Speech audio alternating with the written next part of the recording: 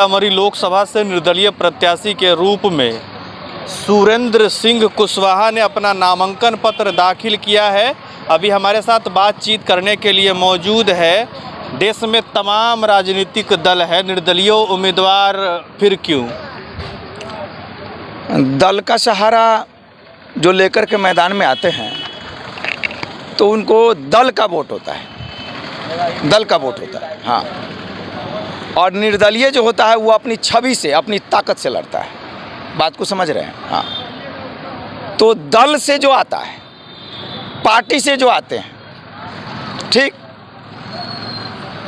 उनमें उतनी काबिलियत नहीं है। अगर बीजेपी से किसी गधा के गले में भी घंटी टांग दिया जाए, ठीक, तो उसको वोट ऐसे ही मिलेगा। आरजेडी से भी अगर गधे के गले में टांग दिया जाए तो वोट पड़ेगा। अगर है हिम्मत सीतामढ़ी में सभी नेताओं के पास तो सभी निर्दलीय चुनाव लड़कर दिखाएं, सभी निर्दलीय चुनाव लड़कर दिखाएं।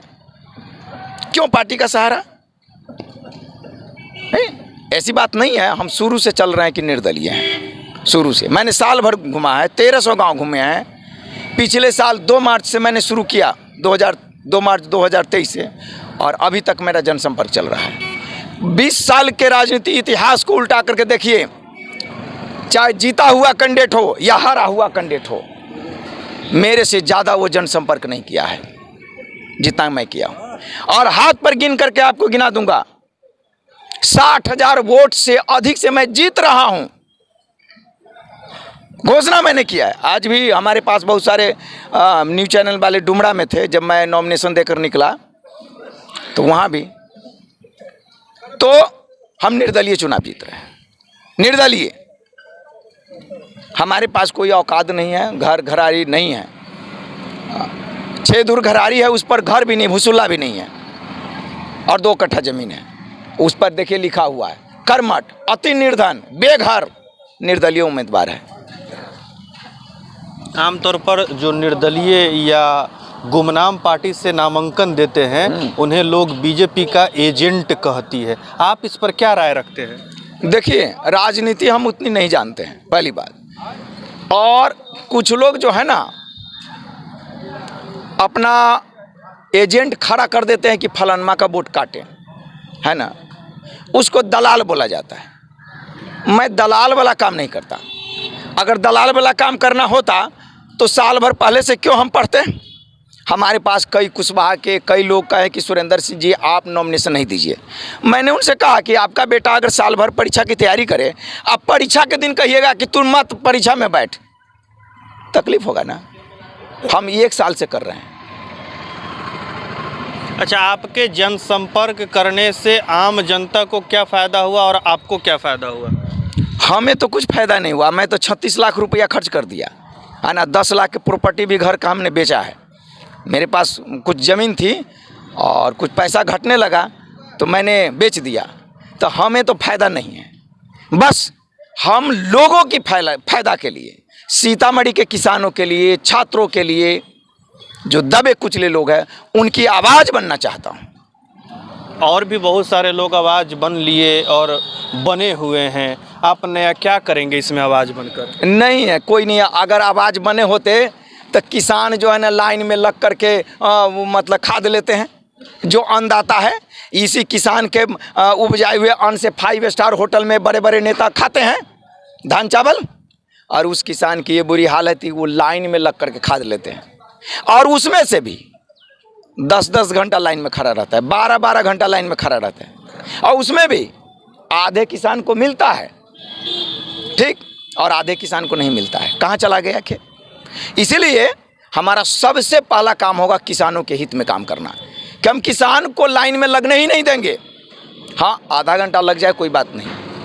इसीलिए हम किसानों की आवाज़ बने। हम जहाँ जाते हैं हम सब भाषण में यही बोलते हैं कि हम किसानों की आवाज़ बनेंगे। अच्छा, अगर 1 मिनट सुनिए, कोई विधायक बने हैं, कोई सांसद बने हैं, कोई MLC रहे हैं, फिर सीतामढ़ी पिछड़ा क्यों? आपके गार्जियन आपको मतलब कि पैसा देगा, ठीक, किताब देगा, और आप अगर फेल कर जाते हैं एग्ज़ाम में तो इसके लिए आप जिम्मेदार है। You are responsible for this. लेकिन आपको मैंने सांसद बनाया, 2 बार सांसद रहे, एमएलसी रहे, इसके बाद भी मतलब किसानों का ये बुरा हाल कि उसको 10 घंटा लाइन में लग करके खाद लेना पड़े। सब खाद ब्लैकमेल हो जाता है नेपाल में, क्यों होगा? हम होने नहीं देंगे। भ्रष्ट सिस्टम है, बदबू आती है इस सिस्टम से। एक आदमी 10 दरबार थाना में दौड़ रहा है, उस पर कार्रवाई नहीं हो रही। गुंडे मवाली जो है ना ऐसे ही ताना मार करके चल रहे हैं। ईमानदार लोगों को, अच्छे लोगों को कोई पूछता नहीं। अच्छे लोगों को बर्बाद कर रहा है। इसका आवाज कौन बनेगा? इसीलिए मैं आवाज बन करके आया हूं। गरीबों की आवाज, किसानों की आवाज, छात्रों की आवाज। अभी डुमरा में कुछ लोग हमसे सवाल कर रहे थे कि सम्राट चौधरी भी कुशवाहा है। मोना पटेल जी को जानते हैं, AM न्यूज के, हाँ वो सवाल किए। दिगंबर जी को जानते हैं, हाँ उन्होंने सवाल किया। भाई उपेंद्र कुशवाहा की बात करते हैं, सम्राट चौधरी की बात करते हैं। पूरे बिहार में मैं कुशवाहा के सारे नेताओं को चुनौती देता हूं कि एक मंच पर आकर के पब्लिक डिबेट करें। 5 मिनट किसी नेता को नहीं टिकने दूंगा। ये उपेंद्र कुशवाहा। डिबेट का विषय क्या होगा? डिबेट का विषय होगा कि आप इतने दिन से शासन में हैं, आप सांसद हैं, पार्टी चलाते हैं और बिहार सबसे पिछड़ा है।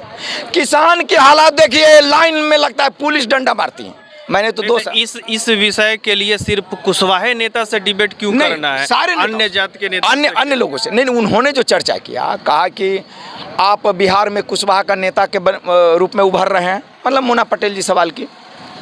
मैंने उनको कहा कि हमारे पास काबिलियत है, तो हमारी काबिलियत को मतलब है कि तोड़ दिया जाएगा कि ये उभरे नहीं।